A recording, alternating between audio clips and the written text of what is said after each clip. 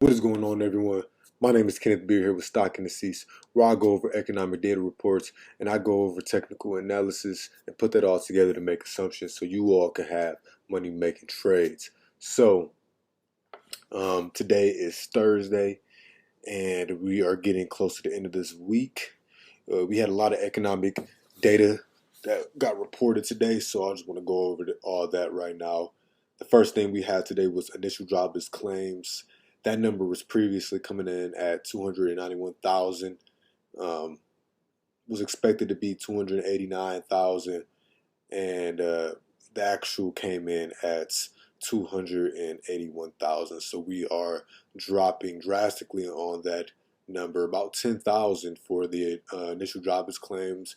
We're slowly seeing people get back to work, and same thing for the continuous jobless claims. We're seeing that number come from 2.48 million, dropping down to the actual of 2.24 million. So good numbers for the initial jobless claims and the continuous jobless claims. The GDP, gross domestic product, came in previously at 6.7%. The median forecast was 2.8%, but it is coming in at a staggering 2.0%. So dropping drastically for gross domestic product, showing us that the economy in a whole is not producing enough value in the products that they're making. So that could have an impact on the market, in a negative way, showing that we usually want to see that number continuing to get higher, continue to make a progression, showing that the economy is adding value. But with such a sharp drop, there's just all that's showing us is that that it is less of that value that is being overall created in the market from previously. Not in the market, but in the economy since previously. Last thing we had was pending home sales. Previously came in at 8.1%. Was expected to be 1.0%, but came in at negative 2.3%. So dropping very drastically on that. Those numbers down to the negatives. So we're seeing pretty volatile swings in these pending home sales. So we can see that the thought of buying real estate property right now is not,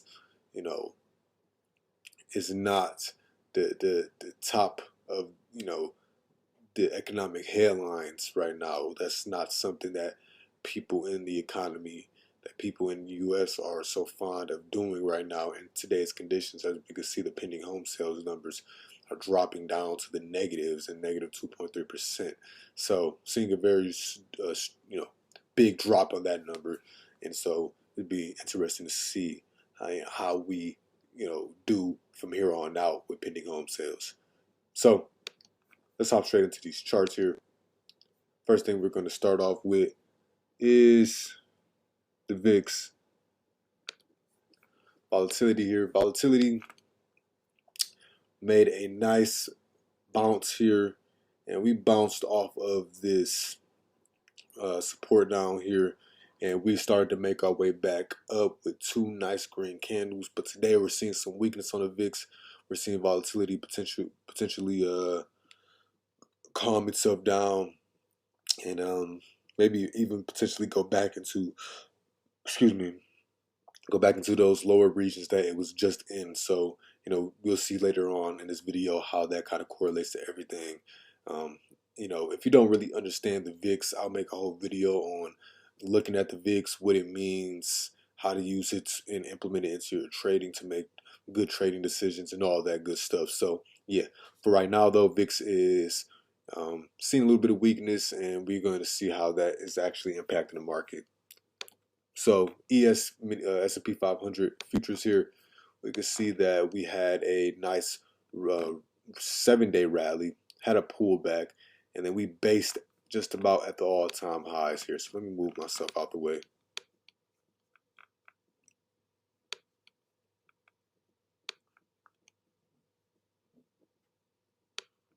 Okay. So we based here, you see where all-time highs are at. You see where the value every high is at. We came up and broke out just a little bit, not too far above highs. I think we made it about we made it about 0.92% above the highs before pulling back. I thought the pullback would have been stronger, maybe to this 21 day or something like that after seeing this long rally, but that's not what we got. Certainly, we did get a pullback, and we did get some volume on that pullback here, which signifies that we were getting some sort of, um, you know, some strength towards the downside for a second. Candle's not really big though, but overall, it just pulled back not too much before basing here at this psychological support level, and then continuing to make its way back towards the upside.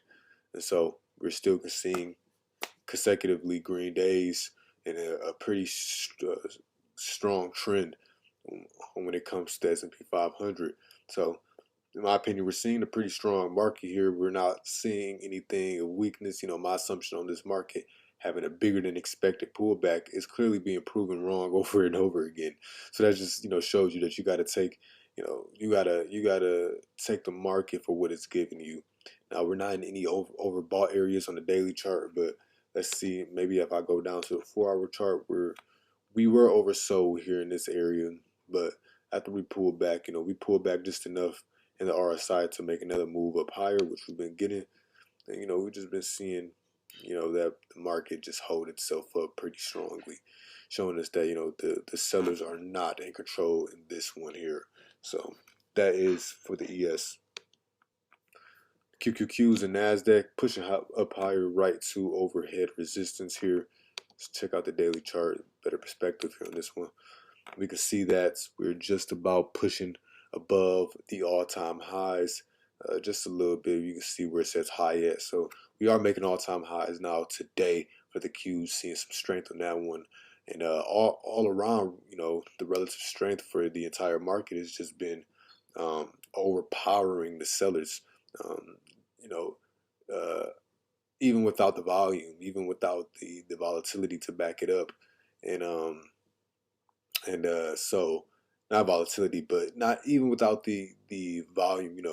It's usually I would expect volume to be rising on these type of things, but usually I guess seeing this for such a long time, watching the indexes for a long time, you know, I'm guessing that normal uptrends are just almost inevitable in this type of market, to the point where that you don't even have to be expecting volume. You just, as long as there isn't any type of economic fear or volatility pushing the market down, the market will gradually kind of lead itself up to those higher levels. And that's what we've been seeing here, just higher highs, consecutively higher highs, easily pushing its way back up to all-time highs, no problem at all. Once we see these big pullbacks and these big drops and sell-offs and things of that nature, that's when we get the big volume. But hardly ever when we have those uptrends. It's just free flowing movement. And so with VIX being as low as it is, I'm thinking that this is probably it, and we won't see that big of a pullback anytime soon. So that's me kind of readjusting my thought process when it comes to looking at the markets, because you always have to be able to adjust your mindset, adjust your trading style, even when you're wrong. You can't be married to a certain idea, because that's how you get stuck in a place that's way way far back, and the rest of the market is way ahead of you. You don't want to be in that position. So here, readjusting myself to see, okay, the market is in fact breaking out right now. Volatility is low, and that's what we're getting right now. No reason to try to over predict the future or anything like that, because at the end, the market is completely random, and we got to take the confirmation for what it is. So that's for the NASDAQ. Next thing I'll look at is the DIA here. DIA looking a little bit different. We got a bigger pullback on that one. All-time highs. We did reach all-time highs here. Immediately seeing weakness, and we had to close below uh, the high of low day. We had to close below, and right after we got that close, today the market is seeing some strength, alongside the rest of the indexes. And so, just simply going in and trying to find a reason why this is happening. Here I see, a something with the news saying, okay, U.S. indices are trading higher as investors continue to weigh positive earnings report from GE and UPS this morning. Today's FDA panel review of the Pfizer uh, BioNTech COVID-19 vaccine in children 5 to 11 could also impact pandemic recovery sentiment. So, with that being said, I think it's just hopes in the market that, with the COVID going on and the FDA potentially approving that, children um, can take the vaccine 5 to 11 years old may have some positive impact on investor certainty. So that's what this could also be. That's most likely what it is, alongside positive earnings for a lot of these companies that we've been having so far.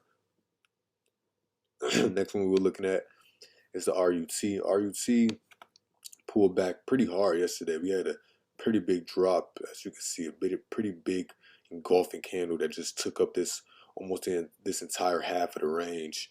But today, instantly seen a bounce right off of the 50-day moving average, and let's look at RTY. So almost right above that point of control level, and we can see, this is where some volume is, and we've seen, boom, getting that nice getting a nice correction after that pullback, and now we're looking like we may potentially we may potentially have the means to continue higher and break actually above and this overhead resistance that has just been kind of laying on us for such a long time.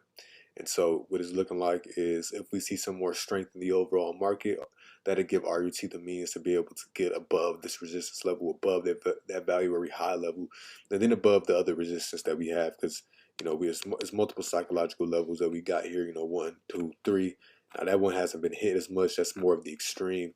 But ultimately we got this one right here, right below it, that is the one that is the most psychological, with almost 7 different points that has been hit on as resistance. So definitely psychological here. If we can get through there, I'm thinking that we will quickly see some momentum get us through the other resistance areas before maybe seeing a pullback and then retest that level and then continuation higher, getting us out of that almost 7-month, 9-month range we've been having here for the RTY, Russell 2000 index. So the last thing that I'll be looking at today, of course, is my Amazon. And, that's the only position that I currently have on right now. And I was talking to you guys about my whole thought process behind Amazon. And it was, seeing it have that nice drop down to the not valuary high. Do that quite often when I call the point of control the valuary high. But the point of control, we came down to the point of control right at it's a lot of different confirmation levels here. First is the level of resistance and support multiple times throughout this chart. We can see here 1, 2, 3, 4, 5, 6, 7, 8, 9. So multiple times resistance and support. We can also see here that it just met right at the 180 here. And the 180 is kind of where the market decided to come down at. We got a bounce here. Not only did we get a bounce at the 180 resistance and support levels, but we got a bounce right at the point of control level here. If we zoom out here, we can see that this is the area where we had the most volume at that price. So very difficult for sellers to push through that level. If that were to happen, we would see an extreme down, extreme explosion of pressure towards the downside, as it would have to actually build up and sellers would have to overtake demand. That's currently sitting at that level on the bid. So that's why I think that, if it were to do that, okay, yeah, if I were to be wrong on this trade, I entered in some put credit spreads. It's not working out against me. I'd easily let go of that long strike that I have and just let my actually take that back. I'd let it go of my short strike that I had and just let that long strike run and bank on that one, because no doubt if it breaks out, it's probably going to get down to this support level here. Pretty simple. So pretty simple trade here. Not too much to look at. If I see anything else that I'm interested in, I don't trade that many names. I trade about 4 different names, Amazon, Google, SPX, RUT sometimes, the Qs every now and then, um, you know, Netflix. I trade Microsoft and stuff like that. I like to trade names with bigger, you know, bigger prices, just because I'm more on the premium selling side. So bigger prices equal to more premium, and so that's why I'm kind of fond of buying premium. And when I do, I have to be almost certain that this is happening. Because speculating on naked uh, bought options, naked options that you're buying, there's a lot of things going against you as far as theta decay, as far as, just volatility, implied volatility, and just you have to really be correct. And I'm not a day trader, so I kind of stick to the swing side. Swing trading, naked options, maybe if you have a huge portfolio of a couple $1 million, yeah, by all means, you may not be affected by any price swing that happens to you. But, for smaller investors, as myself, swing trading those naked options, can be quite risky. So that's all I got for you guys today. If you enjoyed this video, leave a like, comment, and subscribe. I make these videos for you all to have informative information, so you can maybe take some of my trading style, implement it into your own trading style, and learn something. We can learn something together. If you know something that I may not know, feel free to leave it in the comments. I am more than open to suggestions, more than open to being corrected on what I may be doing wrong in these type of videos. So, you know, um, everybody has a different trading style. But if I were to maybe misunderstand something, and somebody may know what it is, by all means, go ahead and comment that down below. And you know, yeah, we learn it together in this community here. So click that video up in the right hand corner. I make these videos every single day. Don't miss a day. And I'll see you all in the next one.